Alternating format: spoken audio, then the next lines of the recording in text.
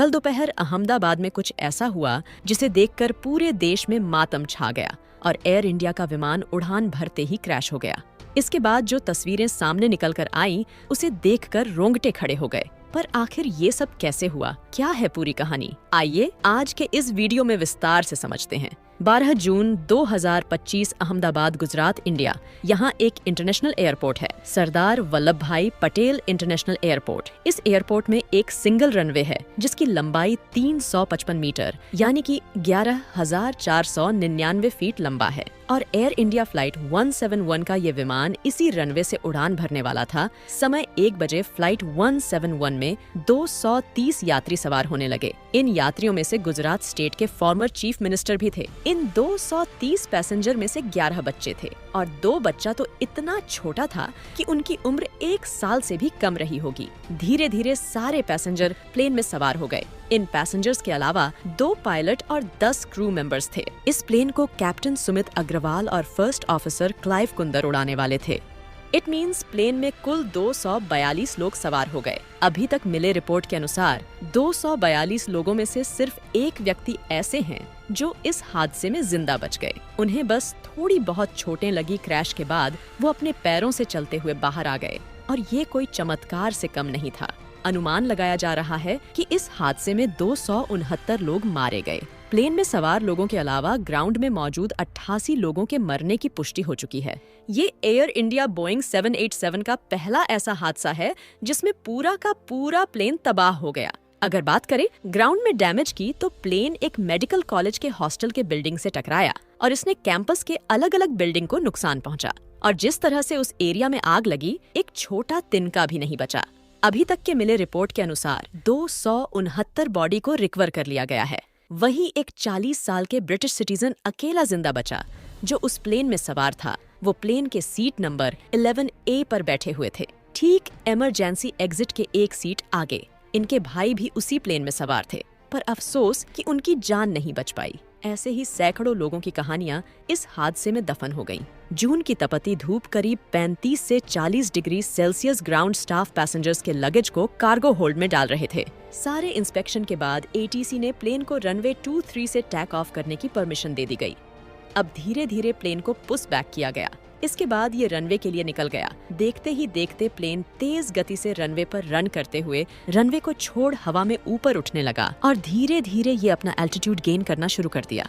400 feet, 500 feet, तभी plane में कुछ गड़बड़ी हो गई। ये प्लेन ऊपर उठने के बजाय नीचे की ओर गिरने लगा। पर क्यों और कैसे, ये किसी को भी नहीं पता था। प्लेन के टेक ऑफ करने के महज 30 सेकंड्स बाद ही ये प्लेन BG मेडिकल कॉलेज के छत से टकरा गया। यहीं पर प्लेन का टेल टूटकर अटक गया और प्लेन के बाकी का हिस्सा कुछ और घरों को तोड़ते हुए क्रैश हो गया। इस पूरी कहानी को समझने के बाद, सोशल मीडिया में मौजूद वीडियो को ऑब्जर्व करने के बाद मैंने इस केस को समझने की कोशिश करी और अब जो डिटेल्स मैं आपके सामने रखने वाली हूँ। फ्लाइट रडार 24 से इसका काम होता है धरती में उड़ रहे सारे प्लेन को ट्रैक करना। ये रडार प्लेन में लगे ADS-B ट्रांसपॉन्डर से कम्युनिकेट करके रियल टाइम में लोकेशन का पता लगाता है। फ्लाइट 171 के टैक्सिंग से लेकर टेक ऑफ करने तक इस रडार ने सब कुछ रिकॉर्ड किया, लेकिन जैसे ही ये प्लेन 625 फीट की ऊंचाई पर पहुंचा, रडार प्लेन के ट्रांसपॉन्डर से डिस्कनेक्ट हो गया। अब 625 फीट की ऊंचाई में कोई बिल्डिंग है नहीं कि वो उससे टकरा जाए और रडार का कनेक्शन टूट जाए।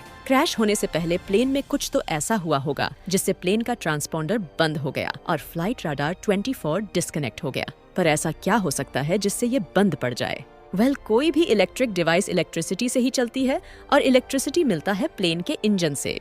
क्या हो अगर इसके इंजन में प्रॉब्लम हो जाए? ऐसे केस में प्लेन में इलेक्ट्रिसिटी मिलनी बंद हो जाएगी। मे बी इसी वजह से ट्रांसपॉन्डर भी बंद पड़ गया हो या फिर किसी तरह का इलेक्ट्रिक फेलियर भी हो सकता है। लेकिन इलेक्ट्रिक फेलियर में प्लेन नीचे नहीं गिरेगा। इसका सबसे बड़ा प्रूफ है हमारे पास ये वीडियो, जहां हम देख सकते हैं कि धीरे धीरे प्लेन नीचे आने लगा और ऐसा तभी हो सकता है जब इंजन पावर जनरेट ना कर रहा हो। अब क्योंकि प्लेन के टैंक में भारी मात्रा में फ्यूल भरा था, इसलिए क्रैश के तुरंत बाद ही भीषण आग का गोला आसमान में फैल गया। आसपास के लोगों ने इस पूरे हादसे को अपने कैमरे में फिल्माया। और यकीन मानिए उसे देखकर लोगों की रूह तक कांप गई। ऐसी तस्वीरें और ऐसी जली हुई तस्वीरें सामने थीं कि मैं उसे यहाँ पर दिखा भी नहीं सकती। फायर फाइटर की गाड़ियाँ आग बुझाने के लिए पहुँच तो गई, लेकिन उन्हें भी बहुत लंबा समय लग गया। घंटों तक रेस्क्यू का काम जारी रहा। चारों तरफ बस लोगों की चीखें पुकार थीं। मैं आपको बता दूं कि प्लेन क्रैश की वजह से लोग नहीं मरते, बल्कि क्रैश के बाद लगने वाली आग लोगों को जिंदा जला के मार देती है।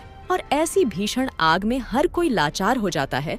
अगर कोई यात्रियों को बचाए भी तो बचाए कैसे? जब तक आग नहीं बुझेगी लोगों को बचाया नहीं जा सकता, और जब तक आग बुझेगी तब तक बहुत देर हो चुकी होगी। अगर हम एयर इंडिया फ्लाइट 171 के पूरे केस को समझे, तब हमें ये समझ में आ जाएगा कि अगर एयर इंडिया में इंजन फेल हुआ होगा तो वो इंजन फेलियर उसी वक्त हुआ होगा जब प्लेन VR स्पीड में हो, यानी कि रनवे के लगभग आखिरी छोर में। और ठीक उसी वक्त पायलट ने मेडे कॉल भी किया था। It means plane VR speed में रहा होगा। एक इंजन में प्रॉब्लम हुई और फिर ये प्लेन ना तो टेक ऑफ कर पाया और ना ही पायलट ने ब्रेक लगा पाया। इवन यही वो समय था जब ADS-B रडार बंद हुआ।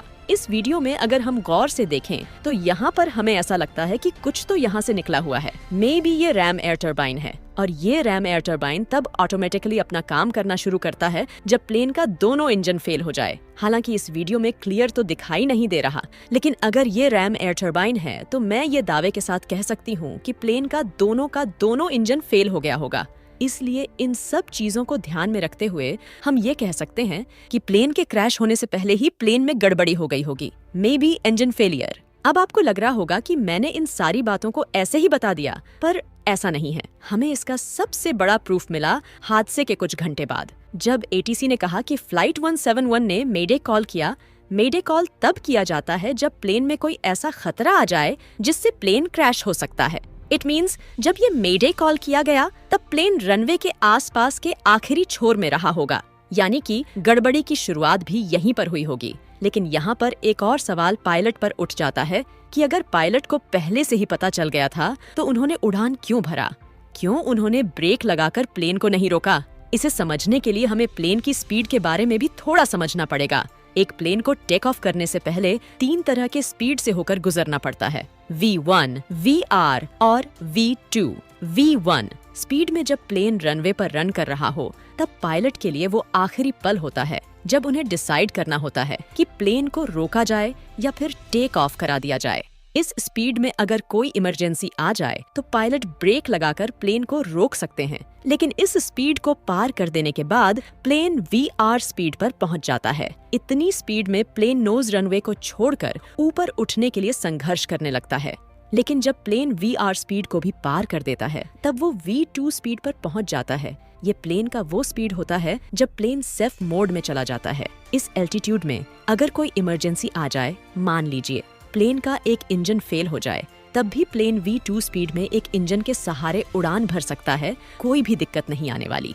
अब तीनों को समझने के बाद हम फोकस करते हैं प्लेन के VR स्पीड में। जब प्लेन रनवे पर कुछ दूर रन करके ठीक हवा में ऊपर उठने वाला होता है, ये एक ऐसा कंडीशन होता है। VR स्पीड में कोई भी इमरजेंसी हो जाए, मान लीजिए एक इंजन फेल हो जाए, तो पायलट ब्रेक नहीं लगा पाएगा क्योंकि प्लेन का स्पीड इतना अधिक होगा कि वो रुक नहीं पाएगा। और यहाँ पर पायलट प्लेन को ऊपर भी नहीं उड़ा पाएंगे क्योंकि प्लेन का स्पीड भले ही V1 स्पीड से अधिक है, लेकिन ये स्पीड भी उतना नहीं है कि एक इंजन के सहारे प्लेन उड़ सके। दोनों ही केस में प्लेन क्रैश हो जाएगा।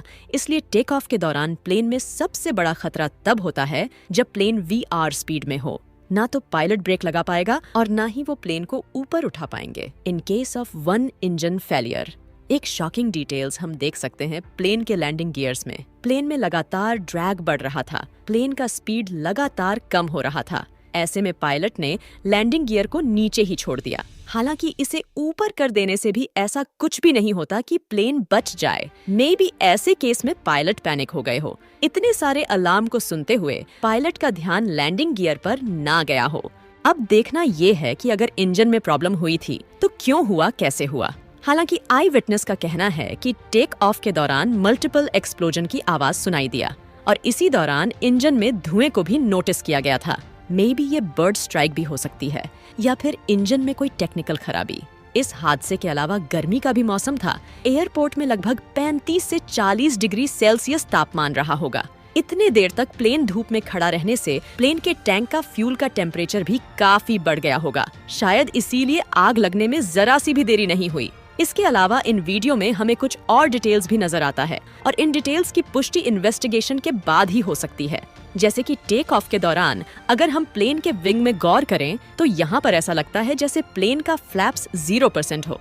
फ्लैप नॉर्मली 1 या 2% होता है। अहमदाबाद में रनवे की लंबाई 11,000 फीट से भी अधिक थी। इट मीन्स रनवे की लंबाई काफी थी बोइंग 787 जैसे प्लेन को उड़ान भरने के लिए। इतने लंबे रनवे पर कम फ्लैप्स के साथ उड़ान भरा जा सकता है, लेकिन ये जो वीडियो इंटरनेट पर वायरल हो रहा है इसे किसी मॉनिटर के स्क्रीन से रिकॉर्ड किया गया है, इसलिए प्लेन का फ्लैप्स ठीक से दिखाई नहीं दे रहा है।